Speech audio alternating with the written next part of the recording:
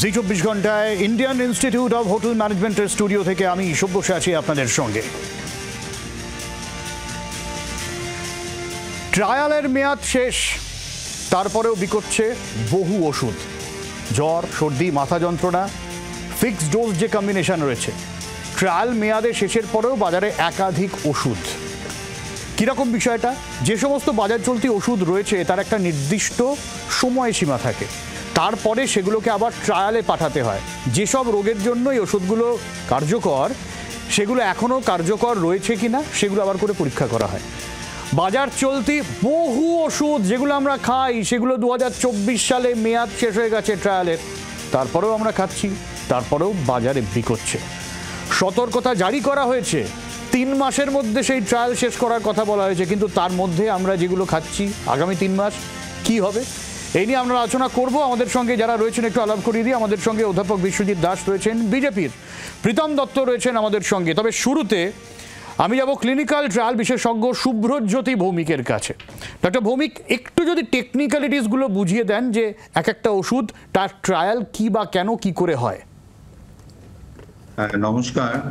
প্রথমেই বলবো যে ক্লিনিক্যাল ট্রায়াল যেটা আমরা বলি সেটা হচ্ছে যে এই ওষুধগুলো যখন আমরা হিউম্যানসের ওপরে বা আমরা রোগীদের ওপরে দিই, তখন এটা ডাইরেক্ট নানা ধরনের ফেজেস এর ওপরে হয়। ফেজ 1 হচ্ছে যখন আমরা এটা প্রথমবার অ্যাপ্লাই করছি কোনো নর্মাল ইন্ডিভিজুয়ালের ওপরে বা হেলদি ইন্ডিভিজুয়ালের ওপরে, এবং সেখানে আমরা দেখার চেষ্টা করছি যে তার কোনো পার্শ্ব প্রতিক্রিয়া হচ্ছে কি হচ্ছে না। তারপরে যদি ওটা 20 থেকে 80 জনের মধ্যে হয়, এবং 20 থেকে 80 জনের মধ্যে যখন ওটা দেখা যায় যে তার কোনো পার্শ্ব প্রতিক্রিয়া নেই এবং সে কার্যক্ষমতা ভালো আছে, তখন ওটা আরো বৃহত্তর ভাবে ফেজ 2 তে ঢোকে। তখন প্রায় 100 থেকে 500 রোগীদের মধ্যে এই ওষুধটাকে দেখা হয় যে তার কোনো পার্শ্ব প্রতিক্রিয়া আছে কিনা বা তার কোনো তার কার্যক্ষমতা কেমন আছে। এবং ফেজ 2 শেষ হওয়ার পরে গভর্নমেন্ট অফ ইন্ডিয়ার যে CDSCO আছে, সে কিন্তু অনুমোদন দেয় ফেজ 3 করার জন্য। এবং ফেজ 3 প্রায় 500 থেকে 2000 রোগীদের মধ্যে হয়। সেটার পরেই কিন্তু অনুমোদন পাওয়া যায় যে আমাদের লক্ষ লক্ষ ভারতবর্ষের যে রোগীরা আছে তারা এই ওষুধটা পেতে পারে। ডক্টর ভৌমিক, এই যে বাজারে যে ওষুধগুলো এসছে সেগুলো তো একটা ট্রায়াল পিরিয়ড পেরিয়েই এসেছে, এর পরে নতুন করে আবার এর মেয়াদটা কেন মানে ঠিক করে দেওয়া হয় যে এর সময় পরে আবার ট্রায়াল করতে হবে? যেই রিপোর্টটা আপনারা আজকে আলোচনা করছেন সেখানে দর্শকদের জন্য বলে রাখি, সেটা হচ্ছে ফিক্সড ডোজ কম্বিনেশন। মানে আমার যে প্যারাসিটামলের সাথে আরো 2-3টে ওষুধ একসাথে আমি তৈরি করলাম, তাদের মিক্স করে দিলাম। এবং আমরা যখন রোগীদের ওষুধ লিখি তখন হয়তো ট্রায়ালটা হয়ে এসেছিল শুধু ওই একটা কম্পোনেন্টের জন্য, অর্থাৎ কিনা প্যারাসিটামলের জন্য। তার বাকি কম্পোনেন্ট গুলোকে একসাথে আমি কম্বাইন করে যখন ফিক্সড ডোজ কম্বিনেশন তৈরি করেছি, ওই কম্বিনেশনটা ট্রায়াল কিন্তু হয়নি। তাই এই CDSCO যেটা ভারত সরকারের আন্ডারে আছে, সে চাইছে যে ওই কম্বিনেশনটা দিয়ে কার্যক্ষমতা হচ্ছে কিনা, তার কার্যকরী হচ্ছে কিনা এবং পার্শ্ব প্রতিক্রিয়া আছে কিনা সেটা দেখার জন্য এই ফিক্সড ডোজ কম্বিনেশনের ক্লিনিক্যাল ট্রায়ালটা করতে বলা হয়েছে, যদি আপনি ওই নির্দেশিকাটা ঠিক করে পড়েন। আচ্ছা, ফলে এই জায়গায় দাঁড়িয়ে এই কম্বিনেশন এখনো পর্যন্ত কার্যকর আছে কি নেই বা সেটা চেঞ্জ করা দরকার কিনা এখনো পর্যন্ত আমরা জানতে পারছি না, কারণ সেই ট্রায়াল নতুন করে আর হয়নি। আমি এই জায়গা থেকে প্রীতমের কাছে যাবো। প্রীতম, এই যা ওয়েদার চেঞ্জ হচ্ছে আমাদের প্রত্যেকেরই জ্বর জারি, ডাক্তারের কাছে গেলে আমরা জানি 2-3টে কম্বিনেশন ওষুধ দেয়, তোমারও সর্দি হচ্ছে বোঝা যাচ্ছে। এইবারে বলো, তুমি জানোই না যে ওষুধগুলো তুমি খাচ্ছ সেই ওষুধগুলোর ট্রায়াল কি হয়েছে বা সেই কম্বিনেশন এখনো আমাদের মধ্যে কাজ করবে কিনা বা ঠিকঠাক আছে কিনা দেখার দায়িত্বটা কার? সভ্য, তুমি দেখো, আমিও তো লাস্ট 2 দিন ধরে ওষুধ খাচ্ছি, কোনো কমেনি। তা আমার মনে হচ্ছে আমিও হয়তো ওরকম কোনো ওষুধ খেয়েছি। কিন্তু কথাটা হচ্ছে, দেখো, এই আজকে যে যিনি টেকনিক্যাল লোক এত কিছু বললো, আমরা সাধারণ মানুষ, আমরা এই টেকনিক্যালিটিসকে কোথায় জানতে যাব? কিন্তু আমরা কি দেখছি? আমরা দেখছি, আমি একটা রিপোর্ট পড়ছিলাম আস্তে আস্তে, যে এই ট্রায়াল প্রতি মাসে একবার করে হয়, কিন্তু লাস্ট 1 বছর ধরে সারা ভারতবর্ষের জুড়ে 50%-এর উপরে, মানে সারা ভারতবর্ষে প্রত্যেকটা রাজ্যে কিছু না কিছু ওষুধ বেরোয় যে 30% কি 10% কি 10% কি 1%, যেটা ব্যবহারযোগ্য নয়, কিন্তু 50%-এর উপরে বেরো হচ্ছে কলকাতা শহর থেকে, মানে পশ্চিমবঙ্গ থেকে। তার কারণ আমরা দেখেছি যেই ওষুধটা আজকে তোমার ব্ল্যাকলিস্টেড হয়ে গেল, যেই স্যালাইনটা কর্ণাটকায়, তার রিপোর্ট হলো, তার চিঠি দেওয়া হলো, যেই ওষুধের কোম্পানিটা ব্ল্যাকলিস্টেড হয়ে গেল ইন্দোরে, মানে মধ্যপ্রদেশে, সেই ওষুধের কোম্পানি এখানে চলে আসলো, একটা নর্থ বেঙ্গলের একটা অজপাড়াগায় সেখানে গিয়ে একটা কোম্পানি করলো, কার সাথে ডিল হলো, এবং সেই স্যালাইন আজকে সব জায়গায় বিক্রি হলো, কিছু লোক মারা গেল, কিছু বাচ্চারা মারা গেল, কিন্তু তারপর মুখ্যমন্ত্রী বিধানসভায় দাঁড়িয়ে বললেন না অত স্যালাইনের কোনো ব্যবস্থা হয়, সবই ঠিক আছে, সব ঠিক আছে। তার বিষয় যে এই ডাক্তাররা, যারা টেকনিক্যাল লিটারেসরা, যারা টেকনিক্যালরা, যারা টেকনোক্রেটসরা, তারা যে বারবার বললো, তারা কি ভিত্তিতে বললো, আর মুখ্যমন্ত্রী বা কি ভিত্তিতে বললো? আসলে মুশকিলটা কি বলো তো, তুমি যদি সব কিছুতে কাটমানি খাওয়া শুরু করো না, আজকে যে ওষুধটা এখন হয়তো মমতা ব্যানার্জি বা মমতা ব্যানার্জি পরিবারের জন্য আলাদা কোনো কোথা থেকে ওষুধ আনা নেয় আমরা সেটা জানি নেই, কিন্তু আমরা তো দোকান থেকে ওষুধ কিনে খাচ্ছি, আমিও 3 দিন ধরে ওষুধ খাচ্ছি, কিন্তু আমার কমেনি।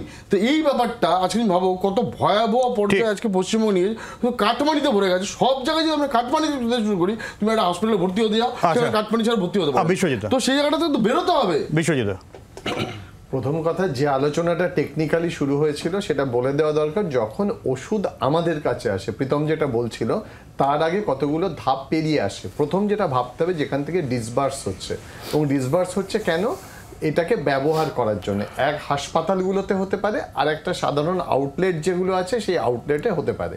তাহলে আউটলেটে যখন এরকম ডেট এক্সপায়ার হয়ে যাওয়া ওষুধ বিক্রি হবে, বা যেটা এখন বিক্রি করা উচিত না, সেটা দেখার দায়িত্ব কার? যারা বিক্রি করছে এবং যারা কনজিউমার তাদের। কিন্তু হাসপাতালে যখন হচ্ছে, তখন কিন্তু প্রশাসনেরও একটা দায়িত্ব থাকে সেটা দেখে নেওয়া। এই ওষুধের সঙ্গে তো রাজনীতির কোনো যোগ নেই, যে তৃণমূল কংগ্রেসের কর্মীরা খেলে তাদের কোনো ক্ষতি হবে না, বিজেপির কর্মীরা খেলে ক্ষতি হবে, কংগ্রেসের কর্মীরা খেলে ক্ষতি হবে, এমন নয়। সুতরাং এটা মানুষের জীবনের সঙ্গে যুক্ত। তাই এই ওষুধ যেভাবেই ব্যবহার করা হোক, সেই ডেট পার হয়ে যাওয়ার পরে ওষুধ ব্যবহার করা ঠিক নয়। সেই কারণেই মুখ্যমন্ত্রী তৎপর হয়ে বলেছেন হাসপাতালগুলোতে যে নিয়মিত এটা পরীক্ষা করা, বা যেখান থেকে ডিসবার্স হচ্ছে সেখান থেকে পরীক্ষা করা, এরকম একটা সদিচ্ছার পরিচয় দিয়ে তিনি বলেছেন। এটা যারা দায়িত্বে রয়েছেন তাদের, এই যে কথা 1 মাসের কথা বললো, সেটা 1 মাস, 3 মাস, 4 মাস একটা রুটিন ওয়াইজ পরীক্ষা করে দেখা উচিত। সেইটা যাতে আরো সেটা মনে রাখতে হবে, যে সেটা নিয়ম থাকলে হবে না, সেটা যাতে এক্সিকিউটেড হয়, সেই কথাটা বলা হচ্ছে। তুমি যদি এখন এক্সিকিউট করতে গিয়ে তাহলে যে কাটমানি খেয়ে না এবং আমাদের যে বিপদের মুখে ফেলে দেয়, তার দায়িত্বটা কে নেবে? তুমি ওষুধের কথা বলতে গিয়ে স্যালাইনের কথা বললে, স্যালাইনের প্রসঙ্গ আসছে না, ভবানীপুরে এটা ওষুধের কথা হচ্ছে, যে বিপজ্জনক ওষুধ, সেটা ব্যবহার করলে তোমার সবার 2 নম্বর হতে পারে। এর সঙ্গে রাজনীতি নেই, তুমি রাজনীতি করার চেষ্টা করছো, তুমি বিষয়টাতে রাজনীতি করছো, এটা আসলে রাজনীতি নয়, এটা একটা মানুষের জীবন, আর সেই জীবন দিয়ে রাজনীতি হয় না। সেই কারণে প্রশাসন অনেক বেশি। আমি আজকে সবগুলো কাটমানি খেতে খেতে আমাদেরকে যে জায়গা নিয়ে যাওয়া হচ্ছে এই রাজ্যে, সেইটা ভয়াবহ। আমি এই জায়গা থেকে ডক্টর ভৌমিককে হয়ে যাবো। ভৌমিক, প্রীতমের যে অভিযোগ যে কোথাও গিয়ে এ রাজ্যের ক্ষেত্রে কি সমস্যাটা অন্যান্য রাজ্যের থেকে একটু বেশি বলে আপনার মনে হয় ডক্টর ভৌমিক? দেখুন, আমি রাজ্য বিশেষে কোনো কথা বলতে চাইছি না। আমি শুধু এটাই বলবো যে কোনো ধরনের ওষুধ তার কোয়ালিটিটা কিন্তু আমাদের টেস্ট করে রাখতে হবে, এবং সাধারণ মানুষেরা তো বুঝবে না যে কোয়ালিটিটা ঠিক কি ঠিক না। এর পুরোপুরি দায়িত্ব যারা আমাদের এটা করছেন তাদের ওপরে পড়ে যাচ্ছে, অর্থাৎ কিনা ড্রাগ কন্ট্রোলের ওপরে যারা আছেন। কেন সাধারণ মানুষ তো বুঝতে পারবে না যে এটা স্পুরিয়াস কিনা, অর্থাৎ কিনা জাল ওষুধ কিনা। এবং এইখানে একটা বড় দায়িত্ব যারা, আমি বলবো যে অ্যাডমিনিস্ট্রেশন কমিশনে আছে তাদের উপরে কিন্তু থেকে যাচ্ছে যে সঠিক ওষুধটা যেন সঠিক মানুষ পায়। এই যেটা আজকে আলোচনাটা শুরু হয়েছে, ক্লিনিক্যাল ট্রায়ালটা সরকারের এই জন্য করতে বলা হয়েছে যাতে এই যে ফিক্সড ডোজ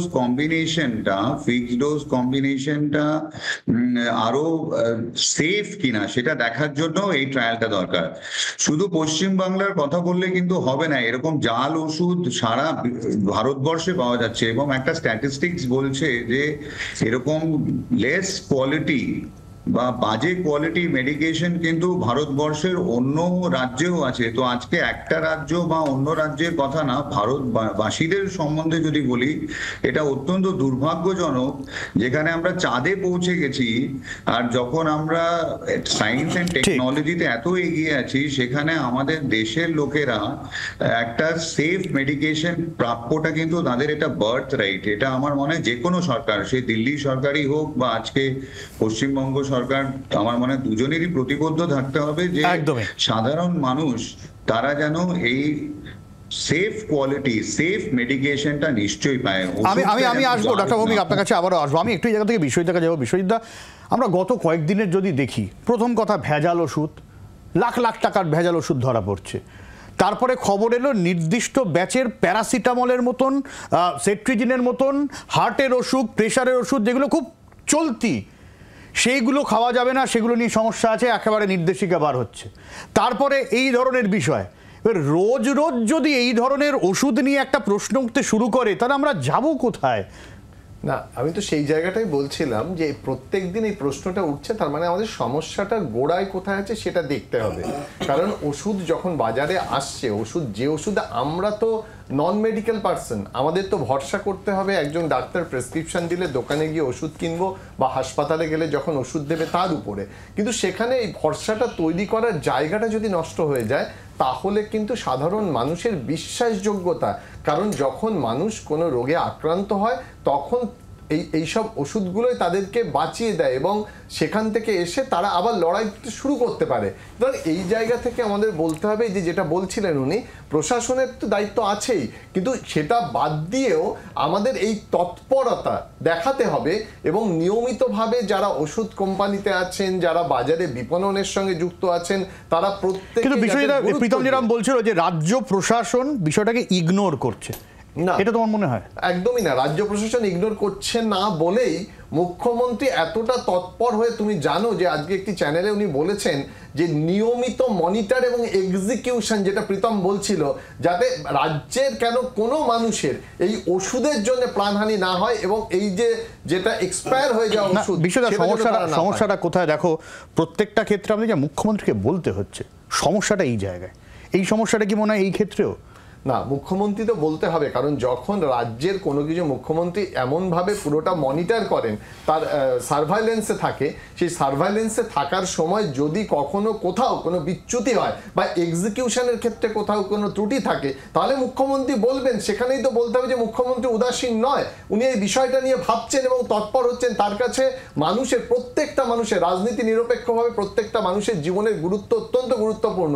তাই তিনি দেখেন না যে কোন মানুষ তাকে ভোট দেয়, তিনি সব মানুষের জন্য বলেন যে এই ওষুধের যে ঘটনাটা ঘটছে সেটা নিয়মিতভাবে দেখা উচিত, মনিটর করা উচিত, এক্সিকিউট করা উচিত এবং করতে অর্ডার দিচ্ছেন তিনি। প্রীতম না, আজকে ঠিক একদম ঠিক কথা বলেছে। আজকে টেকনিক্যালিটিস লোকেরা টেকনিক্যাল কাজ করবে, যাদের কাছে ভারপ্রাপ্ত ব্যাপারগুলো আছে তারা ঠিক জায়গায় ঠিক ওষুধ পাঠাবে। কিন্তু আমাদের কথা হচ্ছে যে মুখ্যমন্ত্রী বলছেন সব ঠিক আছে, কখন বলছেন? কর্ণাটকের থেকে অলরেডি অফিসিয়ালি একটা ডকুমেন্ট চলে আসে পশ্চিমবঙ্গের কাছে যে স্যালাইনগুলো আপনি পাঠাচ্ছেন, আপনার রাজ্যে তৈরি হচ্ছে, সেগুলো ভেজাল, আমাদের এখানে ভেজালের পুরো প্রমাণ পাওয়া গেছে, তার বিরুদ্ধে ব্যবস্থা নিন, আপনি বন্ধ করুন। সেটাও করা হলো না। তার না করা হয়ে আমরা দেখলাম তার 3-4 মাস পর যখন আমাদের রাজ্যে ওই সেম স্যালাইনে আজকে আক্রান্ত হয়ে আমাদের কিছু মানে জাস্ট জন্মানো কিছু শিশুরা মারা গেল একের পর এক, কিছু গর্ভবতী মাদের প্রবলেম হলো, যার কথা বারবার ডাক্তাররা বললো, যারা টেকনিক্যাল লোক, আমরা সাধারণ মানুষ, টেকনিক্যাল লোক যখন বললো তখনও আমরা দেখলাম তখন তার বিরুদ্ধে, সেই কোম্পানির বিরুদ্ধে তখন ব্যবস্থা নেওয়া হলো, তারাই নেওয়া হলো না। আমরা বলছি এই সদিচ্ছার অভাব, তার মানে কি? তার মানে আমরা যে শুনতে পাচ্ছি, আমাদের কাছে সূত্রের মাধ্যমে খবর আছে যে এই স্যালাইনগুলোর থেকে পার বোতল পিছু একটা সামান্য টাকা, একটা পয়সা কি 20 পয়সা কি 25 পয়সা তৃণমূলের তহবিলে যাচ্ছে, তা সেটা সঠিক? তার কারণ যে একটা রাজ্য থেকে তো অফিসিয়ালি হলো তৃণমূলের তহবিলে যাচ্ছে বিশ্ববিদ্যালয়। একেবারে ভুল কথা, রাজনীতির কথা। যখন কোনো কিছু বলার থাকে না, আজকে তোমার টাকা হচ্ছে, তোমার বিজেপি শাসিত আছে, কোথায় বিজেপি শাসিত আছে, মমতা ব্যানার্জির বন্ধুর ইন্ডিপেন্ডেন্ট সরকার, তারা অফিসিয়ালি বলল কোথায় অভিযোগ করেছে? কোনো অভিযোগ নেই, শুধু রাজনীতি করা।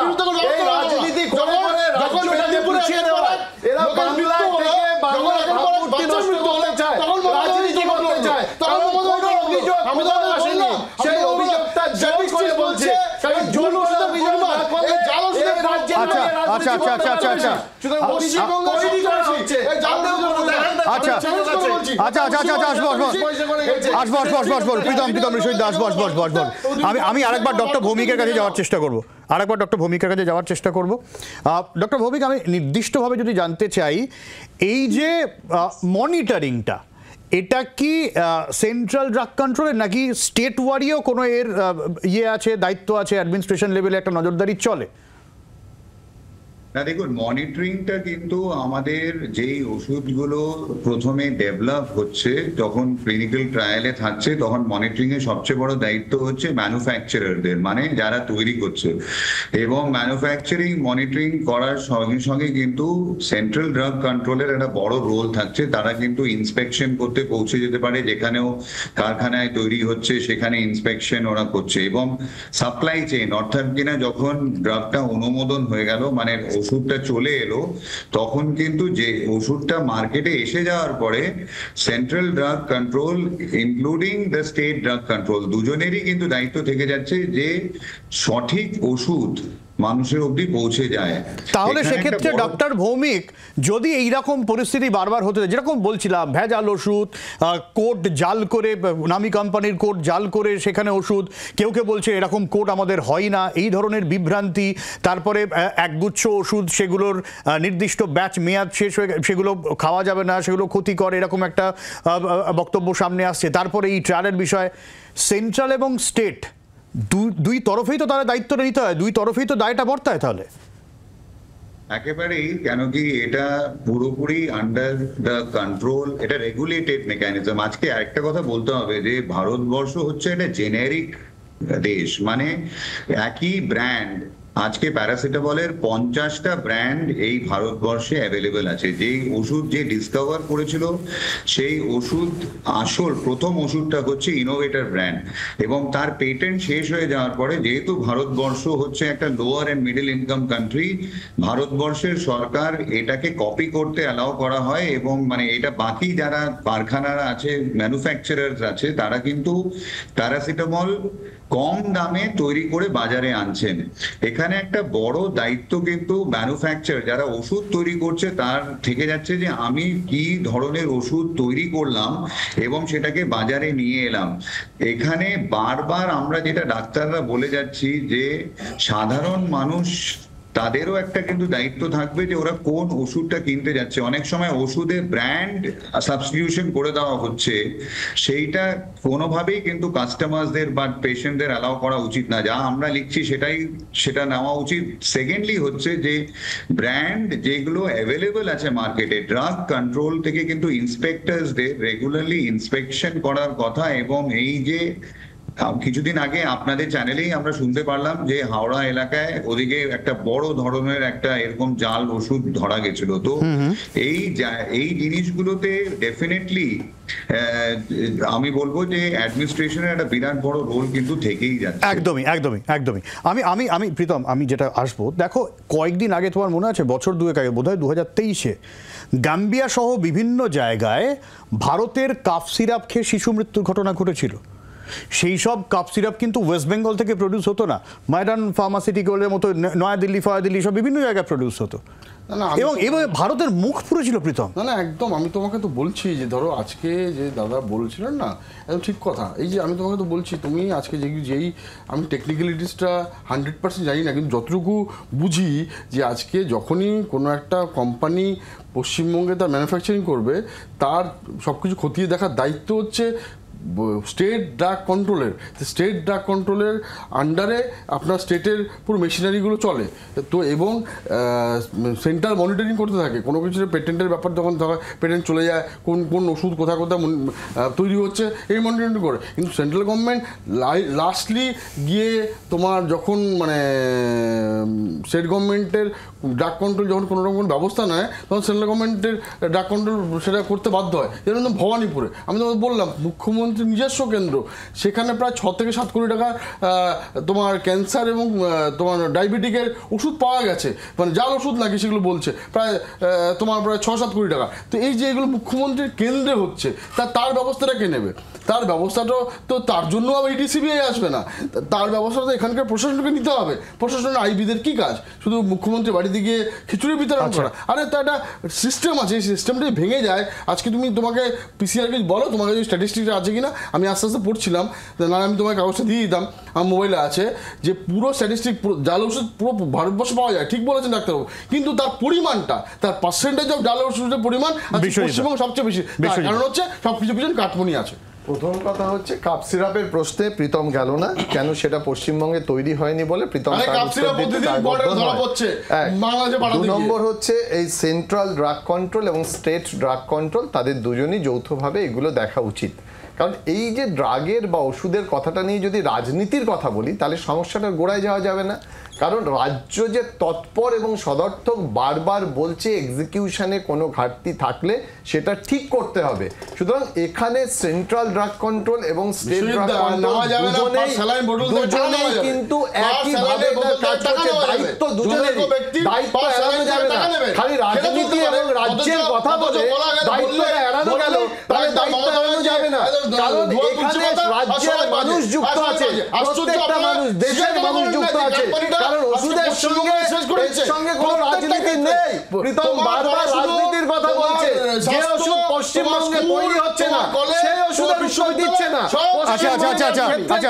আচ্ছা, আমি ডাক্তারবাবুর কাছে শেষ প্রশ্ন করবো আমাদের 3 জনের জন্যই। আমারও কাশি, প্রীতমও শরীর খারাপ, বিশ্বজিৎদারও কদিন আগে জ্বর জারি হয়েছিল জানি, কিন্তু ডক্টর ভৌমিক যদি এরকম চলতে থাকে, ধরা যাক নতুন ট্রায়ালের এই ধরনের ওষুধগুলো এভাবেই বাজারে চলছে, আমাদের প্রশ্ন যে আমরা বুঝবো কি করে ওষুধটা ঠিক কিনবো না ভুল কিনছি, আমরা বুঝবো কি করে? মানে আমরা জানি না, আমরা সাধারণ মানুষ বুঝতে পারবো কিনা। আচ্ছা, যদি প্রীতমের উত্তর থাকে ডক্টর ভৌমিক, তো অবশ্যই আপনাকে জানতে চাইবো। আমার প্রশ্ন যেটা, আমাদের কি হতে পারে যদি এই ধরনের ওষুধ আমরা খেয়ে যেতে থাকি? এবার প্রথম কথা আমি বলবো যে ভালো ব্র্যান্ড যারা আছে তাদের ওষুধ কেনা উচিত, কেন কি তাদের, এবং ঠিকঠাক ওষুধের দোকান থেকে কেনা উচিত। এটা প্রথম জিনিস, যে brand selection is a very important thing. Secondly হচ্ছে ডাক্তার বাবুদের, আপনাদের যদি আপনারা বিশ্বাস করেন, তারা যদি কোনো ব্র্যান্ড লিখছেন, দয়া করে সেই ব্র্যান্ডটা খান। তৃতীয় নম্বর হচ্ছে যে আপনারা যদি এই জাল ওষুধ খান, তাহলে আমার যেটা সব থেকে বড় আমাদের যেটা বিপদ হতে পারে, সেটা হচ্ছে যেই ওষুধটা খাওয়া হচ্ছে, একটা আজকে কিছুদিন মানে খবর এসছে যে ডেলমা এম বলে একটি ব্র্যান্ড, সেই ব্র্যান্ডটা হচ্ছে প্রেসার কম করার জন্য খাওয়া হয়। খুঁজবো না, ব্র্যান্ডেড ওষুধ খুঁজবো, জেনেরিক ওষুধের কি আর গুরুত্ব থাকবে না?